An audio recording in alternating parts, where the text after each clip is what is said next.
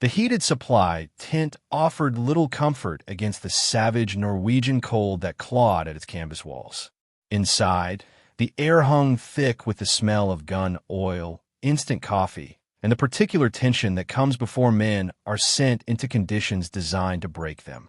Lance Corporal Maya Reeves sat alone on a supply crate in the corner, her hands wrapped around a metal cup of coffee that had gone cold 20 minutes ago.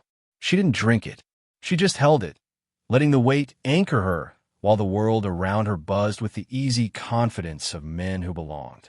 The joint NATO winter warfare exercise had drawn elite operators from 6 countries to this remote training facility north of Tromsø, where the Arctic Circle wasn't just a line on a map, but a living thing that tested every weakness in your gear and your spirit. The temperature outside had hit minus 25 Fahrenheit before noon, and the wind came off the Norwegian sea like it had a personal grudge against anything warm-blooded. Inside the tent, a dozen soldiers from the United States, Norway, Canada, and Britain prepared for the next phase of the exercise with the kind of focused chaos that only happens when professionals are at work. Maya watched them move, listened to their conversations, and said nothing. She was 22 years old, slight in build even under the bulk of her cold-weather gear, with dark hair pulled back in a regulation bun and a face that people often mistook for younger than she was. Her uniform was newer than everyone else's, her cold-weather gear still stiff from the factory, and her name tape stood out against the faded patches and worn fabric of the veterans around her. She had been assigned to a multinational sniper observation team, a role that should have meant something, but the men around her had made it clear through silence and dismissive glances that they saw her as dead weight. Staff Sergeant Kowalski stood at the center of the tent like he owned it. He was Army Rangers, mid-30s, with a thick jaw and the kind of build that came from years of carrying heavy loads over hostile ground. His uniform was a patchwork history of deployments: Iraq, Syria, Afghanistan. Combat Infantry Badge, Ranger Tab, Air Assault Wings. When he spoke, everyone listened, and he knew it. He was explaining the mission parameters to a Norwegian marksman when he glanced over at Maya, and his expression shifted into something that wasn't quite a smile. "Hey, Lieutenant Shun," Kowalski called out to the Canadian team leader, a quiet officer who had been studying terrain maps at a folding table. "You want to explain to me why admin sent us a desk clerk for an Arctic combat exercise?" The tent went quiet in that particular way that meant everyone was listening while pretending not to. Maya felt the heat rise to her face, but she kept her eyes down, staring into her cold coffee. She had learned early in her career that responding to this kind of challenge only made it worse. Men like Kowalski fed on reactions. Lieutenant Shun looked up from his maps, his expression unreadable. "Lance Corporal Reeves is assigned to our observation team. She's qualified." Qualified. Kowalski repeated the word like it was a joke. "Sir, with respect, I've got guys on my team who've been running sniper ops since before she could vote. We're about to insert into conditions that'll freeze your optic solid if you breathe wrong, and you want her carrying a rifle." The Norwegian marksman, a lean man named Olsen who rarely spoke, didn't even look up from cleaning his weapon. His silence was somehow worse than Kowalski's words. Chin's jaw tightened, but before he could respond, Kowalski pressed on. "Look, I'm not trying to be a jerk here. I'm sure she's great at whatever they had her doing at Lejeune, but this is real work. We need people who can handle it." Maya wanted to speak. She wanted to tell them about 29 Palms, about the Cold Bore drill where she had outshot every candidate in her platoon and half the instructors. She wanted to mention the retired scout sniper who had pulled her aside afterward and told her she had something he'd only seen in a handful of shooters in his 30-year career. But the words stayed locked behind her teeth because she knew how they would sound. Bragging. Desperation. A rookie trying to prove herself with stories no one would believe. Chun made his decision with the weary efficiency of an officer who had learned to pick his battles. "Reeves, you'll carry the spare radio and extra batteries. Kowalski, your primary spotter. Olsen, your backup. We insert at 0600. Any questions?" There were no questions.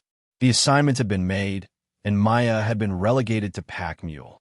She stood, dumped her cold coffee into a waste bucket, and moved to check her gear. No one looked at her. She was already invisible. The snowmobiles roared across the frozen landscape like angry mechanical beasts, their treads chewing through powder that had never seen a road. Maya rode behind Olsen, her face buried in her parka hood, her hands numb despite 3 layers of gloves.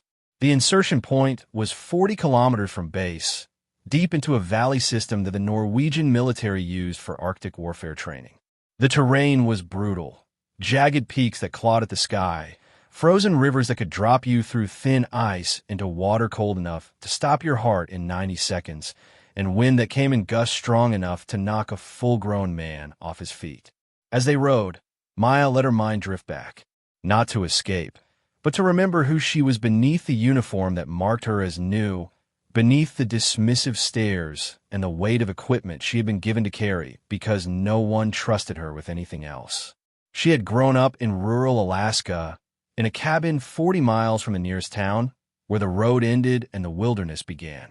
Her father flew bush planes, ferrying supplies and passengers to villages that existed on maps but felt like different planets. Her mother was a wildlife biologist who spent months at a time tracking caribou migrations and studying predator patterns in conditions that would have sent most people running for civilization. Maya had learned to shoot at 7 years old, not at a range with paper targets and supervision, but in the field where a missed shot meant her family went without meat for the winter. By the time she was 15, she was hunting alone. She knew how to read wind through falling snow, how to calculate bullet drop in air, so cold it changed the physics of a shot, how to control her breathing until her heartbeat slowed to something that wouldn't disturb her aim. She had taken caribou at 600 meters in whiteout conditions, had tracked wounded moose through terrain that could kill her as easily as any predator, and had learned that competence in the Arctic wasn't about being the strongest or the loudest. It was about being still, about watching, about knowing. She had enlisted in the Marines at 18 because her family couldn't afford college and because she wanted something bigger than the endless white horizon of home. The Corps had given her structure, purpose, and a new kind of challenge. At 29 Palms, during pre-deployment workups, there had been an unannounced cold bore drill. First shot of the day, no warm-up, targets at varying distances. She had put every round center mass while Marines with years of experience had struggled with the pressure and the sudden test. Afterward, the shooting coach, a grizzled man with a scout sniper tab and eyes that had seen too much, had pulled her aside. "You've got Arctic ghost instincts," he had told her. "Most shooters panic when conditions get bad. Their heart rate spikes, their hands shake, they rush. You slow down. That's rare. That's something you can't teach." But she hadn't told anyone. She had nodded, accepted the compliment, and gone back to work. Because in her experience, the people who talked the most about what they could do were usually the ones who could do the least. The truly skilled didn't need to advertise. Now, surrounded by men who saw only her age and gender and lack of combat patches, she was invisible again. The world saw a rookie carrying batteries. The truth was a woman who had been reading Frozen Wind since before she had a driver's license. The helicopter insertion had been rough, the bird fighting crosswinds that made the pilot curse in Norwegian the whole way down. They had landed in a valley that looked like something from another world. White slopes rising on all sides, rock faces striped with ice, and a sky the color of old steel. The exercise objective was straightforward on paper. Locate and neutralize simulated enemy positions hidden in the surrounding ridgelines before they could attack a NATO logistics convoy scheduled to pass through the valley in 72 hours. The opposing force was made up of elite role players from various NATO special operations units, men who knew this terrain and had every advantage. For the first 48 hours, Maya existed on the edges of the team. Kowalski and Olsen set up observation hides without consulting her. When she suggested an alternate route that would give them better wind cover and defilade from a suspected enemy position, Kowalski cut her off mid-sentence. "Stick to the radio, Boot," he said, not even looking at her. "Let the professionals handle the tactical decisions." Olsen said nothing, which somehow felt worse than Kowalski's dismissal. At least anger was acknowledgement. Silence meant she didn't even register as worth arguing with. At night, They huddled around a portable heater in a shallow snow cave they had dug for shelter. The temperature outside had dropped to -30, and even with the heater running, frost formed on the inside of their sleeping bags. The men swapped war stories, each tale a brick in the wall that separated them from her. Kowalski talked about a firefight in Mosul where his team had held off insurgents for 6 hours. Olsen described a mission in Kosovo where they had tracked a war criminal through mountain passes in conditions almost as bad as these. A Canadian corporal who had joined them told a story about Syria that ended with him getting a Purple Heart and a limp he still carried. Maya listened and said nothing. She checked her rifle obsessively, clearing ice from the scope caps, running a patch through the barrel, ensuring that moisture didn't freeze in the action. She studied the terrain maps when the others slept, memorizing elevation changes and wind patterns. She watched the way snow drifted across the ridge lines, reading the currents of air that the others seemed to ignore. During a training drill on the second day, the team was tasked with locating a target at 800 meters in near-zero visibility. A blizzard had rolled in, turning the world into a horizontal wall of white. Kowalski took the primary shooting position, his rifle mounted on a small tripod, his breath fogging the air around his scope. "Wind is gusting east to west, maybe 20 miles per hour, he muttered, making adjustments. "Target should be there." He fired. Through her binoculars, Maya watched the impact, 2 feet left of the target. Kowalski cursed, blamed the wind, and adjusted. His second shot was closer, but still missed. Olsen took his turn.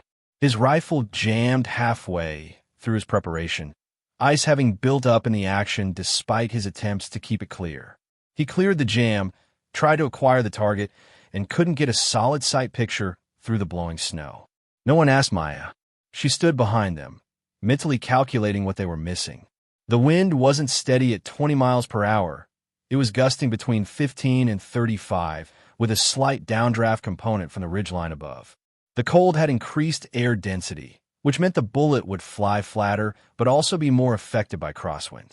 And they weren't accounting for the fact that wind speed at the shooter's position was different from wind speed halfway to the target, where the valley funneled the gusts into something stronger. She could have made the shot.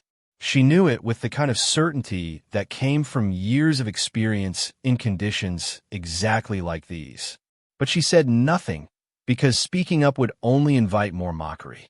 So she watched, and she waited, and she felt the frustration build like pressure behind her ribs. That night, lying in her sleeping bag with frost forming on the fabric above her face, she noticed something the others had missed. A faded Alaskan flag patch on her pack, visible when the light hit it right.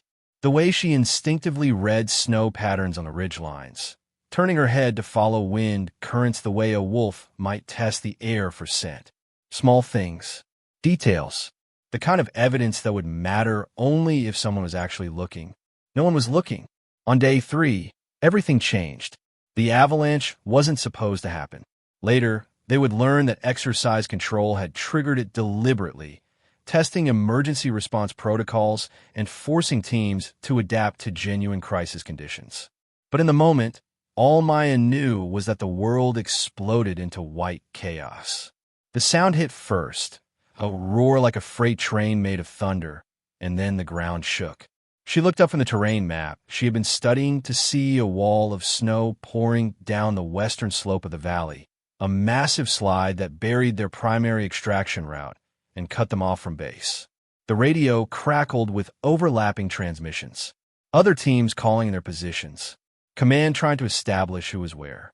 And then, cutting through the noise, a new complication. OPFOR had accelerated their mock assault timeline. The simulated convoy was now in danger, and the team's objective had shifted from proactive reconnaissance to reactive defense. They were pinned in a shallow ravine, outnumbered, with limited ammunition and no quick way out. Worse, intelligence reported that the OPFOR commander, a British SAS trainer playing the role of a high-value enemy target, had positioned himself in a camouflage sniper nest 1,100 meters away on a wind-blasted ridge. If they didn't neutralize him in the next 20 minutes, the simulated convoy would be destroyed and the exercise would be lost. Lieutenant Chun laid it out in clipped, precise terms. We need to take that shot. If we don't, everything we've done for the past 3 days means nothing. Kowalski moved immediately, setting up his rifle with the practiced efficiency of someone who had done this dozens of times. But Maya could see the problem before he even settled into position. His hands were shaking, not dramatically, but enough. The cold had gotten to him, cold stress, compounding physical fatigue, and the pressure of the moment. He pressed his eye to the scope, and she watched him wipe condensation from a lens. It fogged again almost immediately. "Come on," Kowalski muttered. He adjusted his position, tried again. His breathing was too fast, his movements too tense. He fired. Through her binoculars, Maya saw the impact, 10 feet short, buried in snow. Olsen moved to backup position. His rifle had given him problems all exercise, and now, in a moment that mattered most, it failed completely. Ice had built up in the chamber despite his best efforts to keep it clear. He worked the action, trying to clear the jam, but it wouldn't budge. He slammed his palm against the stock in frustration. The radio crackled. Command asking for status updates. The op for advancing their timeline. Panic creeping into voices that had been calm just minutes before. The wind howled at 50 miles per hour with gusts that made it hard to stand. Snow came horizontal, stinging exposed skin, reducing visibility to maybe 200 meters. The target was barely visible through binoculars, just a dark shape on a ridge that kept disappearing behind curtains of white. Kowalski was screaming into the radio for backup, for air support, for anything. Olsen was cursing his weapon in Norwegian, and Maya stood there, watching the chaos, calculating in her head what would need to happen to make this shot. She spoke quietly. "I can make the shot." The ravine went silent. Kowalski turned to stare at her, his face red from cold and frustration. "What? I can make the shot," Maya repeated, her voice steady. Kowalski laughed, but there was no humor in it. "You've never even fired in combat, kid. This isn't a range. This is—" "I know what this is," Maya said. She met his eyes. "I can make the shot." Lieutenant Chun had been watching her all week with the quiet attention of a leader who notices details others miss. Now he looked at her with an intensity that cut through the noise and the cold. "How sure are you?" Maya didn't blink. "Certain." For 3 seconds, no one moved. Then Chun nodded once. "Take the shot." Maya moved into position with the deliberate calm of someone who had done this 1,000 times in conditions worse than these. She cleared ice from her scope with a gloved finger, the movement precise and unhurried. The metal of the rifle was cold enough to burn, but she adjusted her cheek weld without flinching, feeling the familiar bite against her face. Her hands were steady. She controlled her breathing. 4 counts in, 6 counts out. A rhythm she had learned as a teenager in Alaska, hunting alone in whiteouts when her fingers were too numb to feel the trigger, but she needed to trust that they would do their job anyway. The wind screamed around her, but she filtered it out, focusing on the patterns she could read in the snow drift and the way the gusts moved across the valley. The target was barely visible, a dark shape behind white chaos, 1,127 meters away, according to her rangefinder. She made her calculations with the speed of someone who had been doing math like this since childhood. Elevation, up 4 minutes of angle for the cold air density, which would make the bullet fly flatter than in warm conditions. Windage, left 6 minutes of angle for the gusting crosswind, accounting for the fact that the wind was stronger at mid-range than at her position. And one final correction, something most shooters wouldn't think about, but that mattered at this latitude and this distance. The Coriolis effect, the way the Earth's rotation would push the bullet slightly off course. She made the adjustments with cold, stiffened fingers, each click of the turret precise.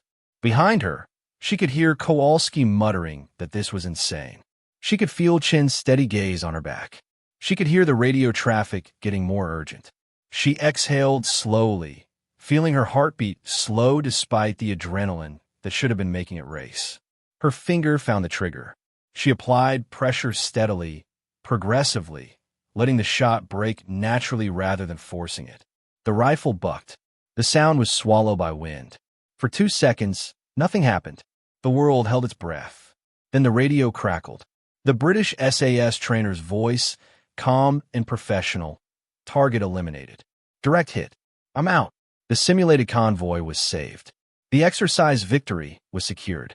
Silence fell over the ravine like snow.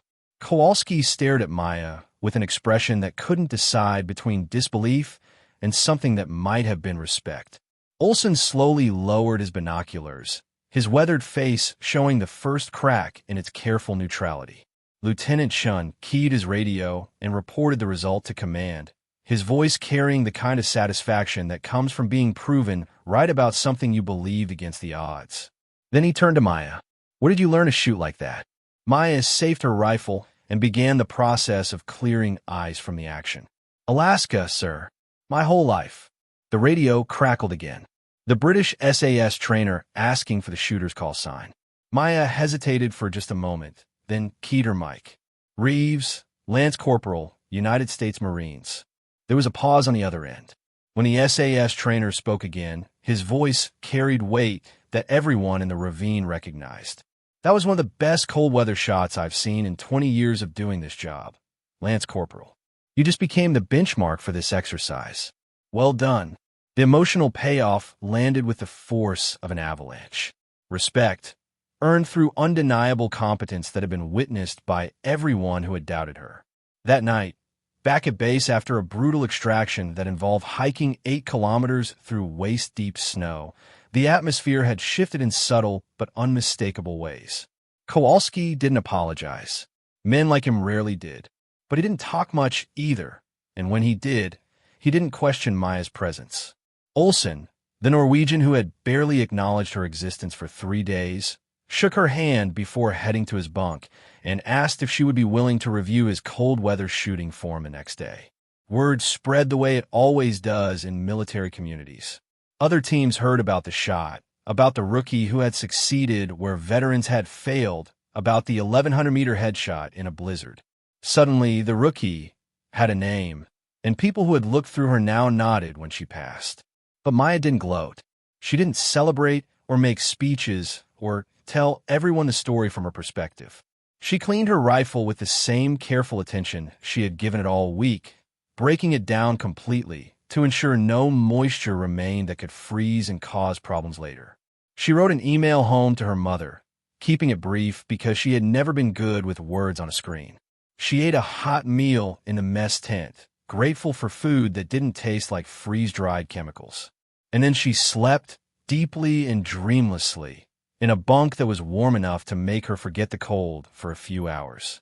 The next morning before dawn, she walked alone across the snowy base toward the training area where the next rotation would begin. Her rifle was slung across her back, her breath clouded in the Arctic air. There was no fanfare, no congratulations from passing officers, no celebration of what she had done. Just the work, which was exactly how she preferred it. The narration, if there had been one, would have reflected on something important. In a world obsessed with noise, with proving yourself, with loud resumes, and even louder egos, the military still ran on quiet professionals. People who had been doing the hard thing since before anyone was watching. People who didn't need validation because they knew what they were capable of, and that knowledge was enough. Some soldiers earned respect in firefights that would become part of unit history. Others earned it in a single frozen moment when everyone else had failed and they were the last chance. The method didn't matter. What mattered was the work and the willingness to do it when it needed to be done.